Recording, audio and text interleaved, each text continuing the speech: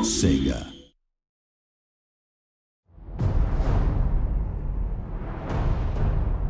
Welcome to our first demo walkthrough for Total War Warhammer. What you're about to see is a scripted version of the battle for Blackfire Pass, a set-piece quest battle between the Empire and the Greenskins. The game is very much a work in progress at this stage, but we hope you'll enjoy having a look at how it's all coming together. Now is the time, men of the Empire, to unite, for the Orcs gather. Beyond the pass, a war boss draws to him all that is foul. An Orc horde beyond imagining. As Sigmar thought, so shall we. We will become part of the legend. We will wipe the Orcs from our door! And only when this is done, when our nation has healed, shall I take up Gal Maraz for Sigmar, for the Empire, for the Warhammer! So that was Emperor Karl Franz giving his rousing pre-battle speech. He's one of the game's legendary lords, so he's a powerful general and a mighty warrior in his own right. Playing a campaign as the Empire, you'll unlock this particular quest battle as Karl Franz levels up.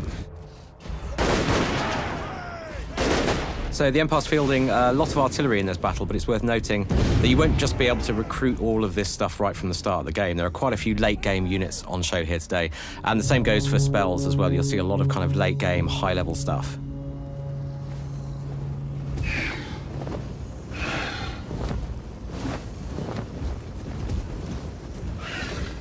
Now, as we approach the Greenskin line, you can see just how different these two races are. The armies from Warhammer Fantasy Battles give us so much diversity to work with. The playable races in the game are going to look and play really, really differently in both campaign and battle.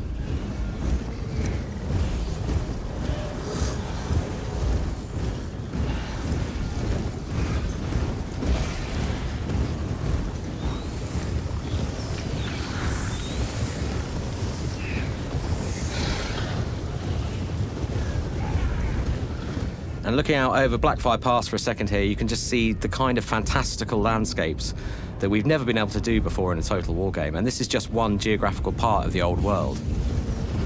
And this is the Greenskin race leader Grimgor Ironhide. He's accompanied by the Immortals, his hard-as-nails band of Black Orc bodyguards. He's also brought an Orc Shaman into battle with him, so we'll see him throwing some spells around in a bit.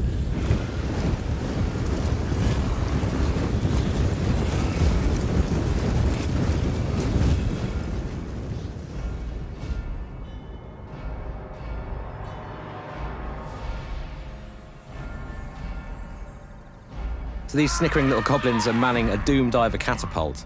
Now you can see a goblin fanatic there climbing into the mechanism eagerly with his homemade wings strapped to his arms. And as it fires, you can opt to take first-person control of the Doom Diver and pilot him to his doom. Now it's a pretty wild ride, but once you get the hang of it, you can really get proficient.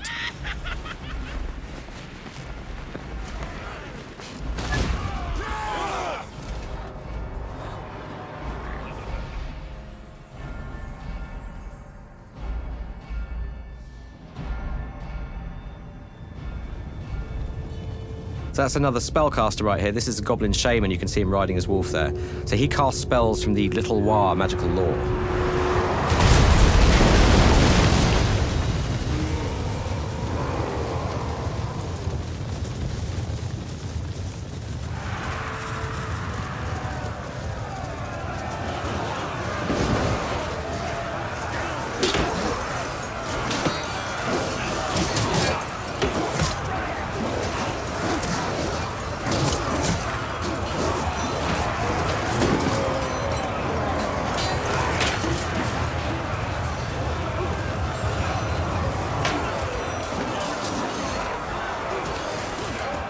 So there's a bit of a flanking counterattack lining up here from the Empire. We've got some ranged cavalry up front there in the shape of Outriders and Pistoliers. Coming up behind them, we have the noble Imperial Knights of the Reichsguard and a unit of Demigriff Knights.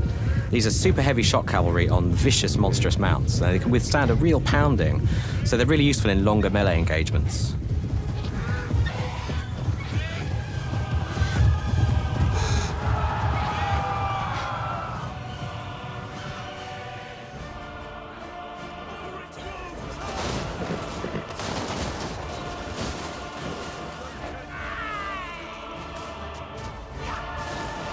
So the Goblin Shaman here has just cast a spell called the Curse of the Bad Moon.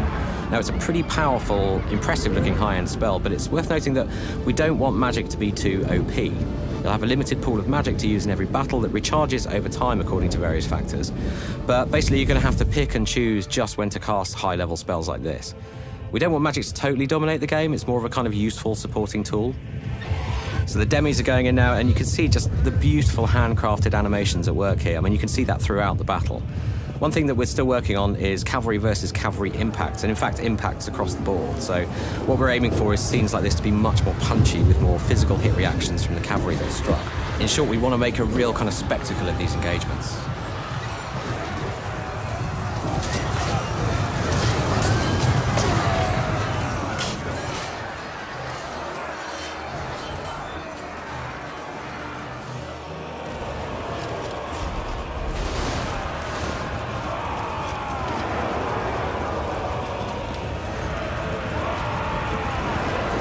So panning down the line here, you can see just how dynamic our infantry charges have become. You've got units leaping into the fray, defenders physically bracing for impact. You've got AoE attacks going off from large characters. That's Grimgor Ironhide there, getting stuck in with his big magical axe.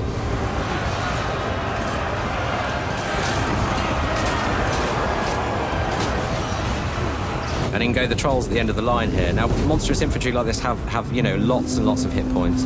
They can mete out a ton of damage with those big attacks as well. And these guys are also, as you can see, partial to puking acid bile all over their enemies.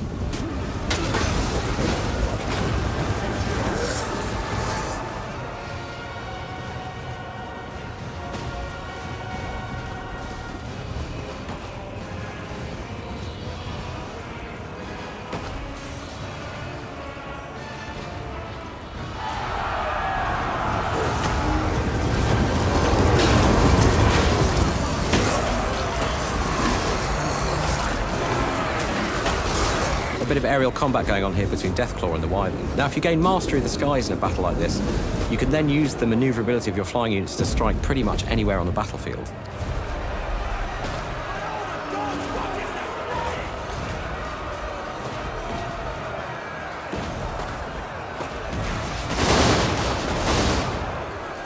And as the Wyvern comes down here to attack these state troopers, you can see how each of these big monsters has some really spectacular combat animations. It really brings them to life and gives them tons of character.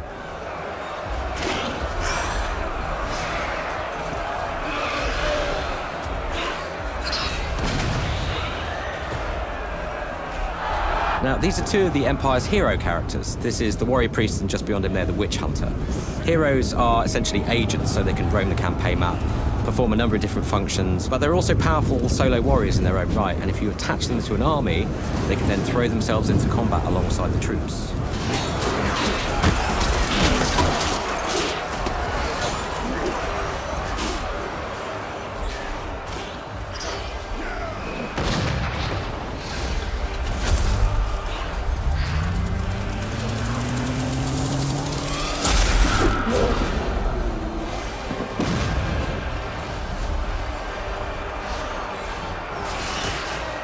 So this is the Orc Shaman casting one of the spells from the Big War magical lore. So he's casting the Foot of Gork here, which is he's literally summoning the Orc god Gork to stamp his enemies into the dust, which is, as you can see, bad news for the Luminarch and the steam tank nearby.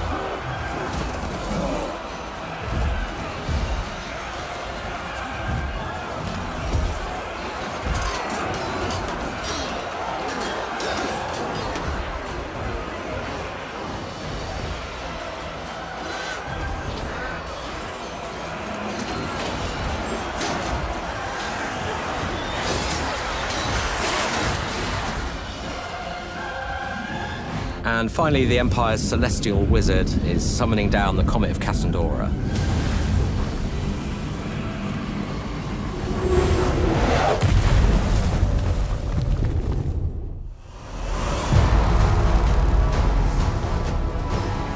So thanks for watching the demo, and this really just scratches the surface of the incredible Warhammer world we'll be asking you to conquer. To catch all the latest gameplay and feature reveals, subscribe to our YouTube channel or follow us on Facebook.